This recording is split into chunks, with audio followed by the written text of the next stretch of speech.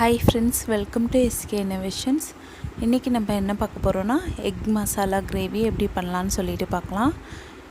இப்போ 2 medium size வெங்காயம், 2 பச்சை மிளகாய், 5 பல் பூண்டு, 1/2 இன்ச் அளவுக்கு இஞ்சி எடுத்துர்க்கேன். இது எல்லாமே ஒரு மிக்ஸி ஜார்ல போட்டு கொஞ்சம் கொரகொரப்பா அரைச்சு எடுத்து வச்சுக்கிறேன். தண்ணி எதுவும் சேர்க்க வேண்டாம். இப்போ இத ஒரு பவுல்ல மாத்திக்கலாம்.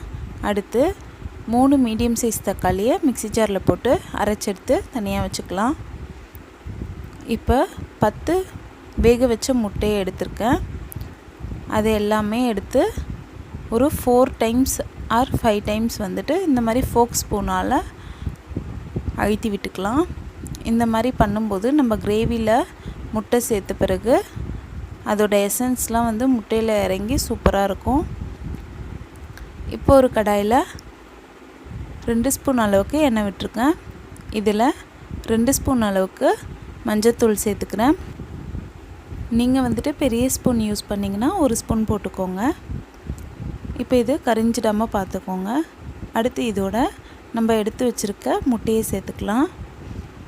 இப்போ இதுக்கு தேவையான அளவுக்கு உப்பு சேர்த்துக்கலாம்.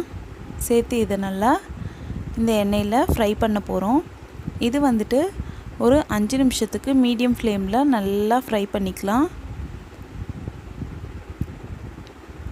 முட்டையோட மேல் பகுதி வந்து நல்லா செவந்து வரணும். அந்த மாதிரி பார்த்துக்கோங்க. இப்போ பாருங்கள், முட்டை வந்துட்டு நல்லா ஃப்ரை ஆகிடுச்சு. இப்போ இதை தனியாக எடுத்து வச்சுக்கலாம். அடுத்து இப்போ ஒரு கடாயில் 3 ஸ்பூன் அளவுக்கு எண்ணெய், 1 ஸ்பூன் கடுகு, 1 ஸ்பூன் சீரகம், 1 பிரியாணி இலை சேர்த்து விட்டுக்கலாம். இப்போ இதோட ஏற்கனவே அரைச்சி வச்சுருக்க வெங்காயம் பேஸ்ட்டை சேர்த்து நல்லா வதக்கி விட்டுக்கலாம்.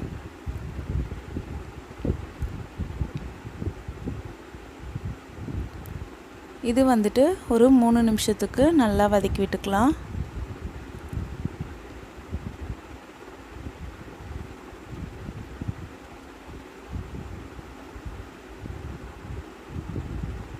இப்போ பாருங்கள், நல்லா வதக்கி விட்டாச்சு.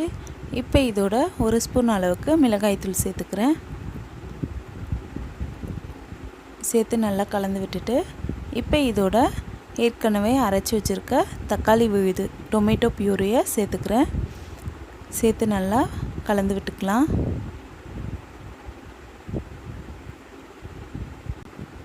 இப்போ இதோட இந்த கிரேவிக்கு தேவையான அளவுக்கு உப்பு சேர்த்துக்கிறேன். சேர்த்து நல்லா கலந்து விட்டுக்கிறேன். இது வந்துட்டு ஒரு 2 நிமிஷம் அப்படியே வதங்கட்டும். இப்போ பாருங்கள், 2 நிமிஷம் ஆகிடுச்சு. இப்போ இதோட 100 ml அளவுக்கு தண்ணி சேர்த்துக்கிறேன்.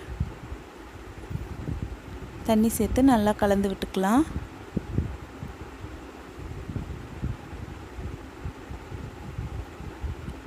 இப்போ இது வந்துட்டு கொதிக்கட்டும். இப்போ பாருங்கள், கொதிக்க ஆரம்பிச்சிடுச்சு. இது வந்துட்டு மீடியம் ஃப்ளேமில் ஒரு 3 நிமிஷத்துக்கு கொதிக்க வச்சுக்கிறேன். இப்போ இதோட நம்ம ஃப்ரை பண்ணி வச்சுருக்க எக்லாம் வந்துட்டு ஆட் பண்ணிக்கலாம். ஆட் பண்ணி நல்லா கலந்து விட்டுக்கலாம். இது வந்துட்டு ஒரு 2 நிமிஷத்துக்கு மீடியம் ஃப்ளேமில் இருக்கட்டும்.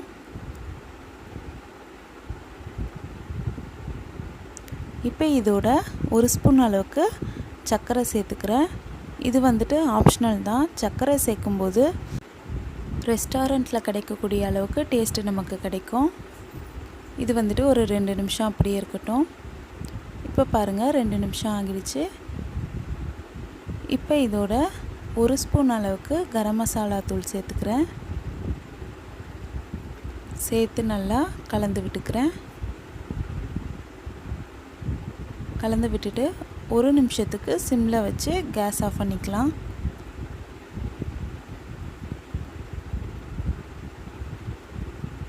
இப்போ பாருங்கள், 1 நிமிஷம் ஆகிடுச்சு. இப்போ நம்மளோட எக் மசாலா கிரேவி ரெடி ஆகிடுச்சு. இப்போ இதை நம்ம சர்வ் பண்ணிக்கலாம். நம்மளோட சூப்பரான எக் மசாலா கிரேவி ரெடி ஆகிடுச்சு ஃப்ரெண்ட்ஸ். இது வந்துட்டு சாதம், சப்பாத்தி, தோசை, இட்லின்னு சொல்லிட்டு எல்லாத்துக்குமே சூப்பராக இருக்கும். கண்டிப்பாக எல்லோரும் ஒன் டைம் இந்த மாதிரி ட்ரை பண்ணுங்கள். இந்த வீடியோ உங்களுக்கு பிடிச்சிருந்தால் லைக் பண்ணுங்கள், உங்கள் ஃப்ரெண்ட்ஸோடு ஷேர் பண்ணுங்கள், அண்ட் எப்படி இருந்துச்சுன்னு கமெண்ட் பண்ணுங்கள். நம்ம சேனலை மறக்காமல் சப்ஸ்கிரைப் பண்ணுங்கள். தேங்க்ஸ் ஃபார் வாட்சிங் ஃப்ரெண்ட்ஸ்.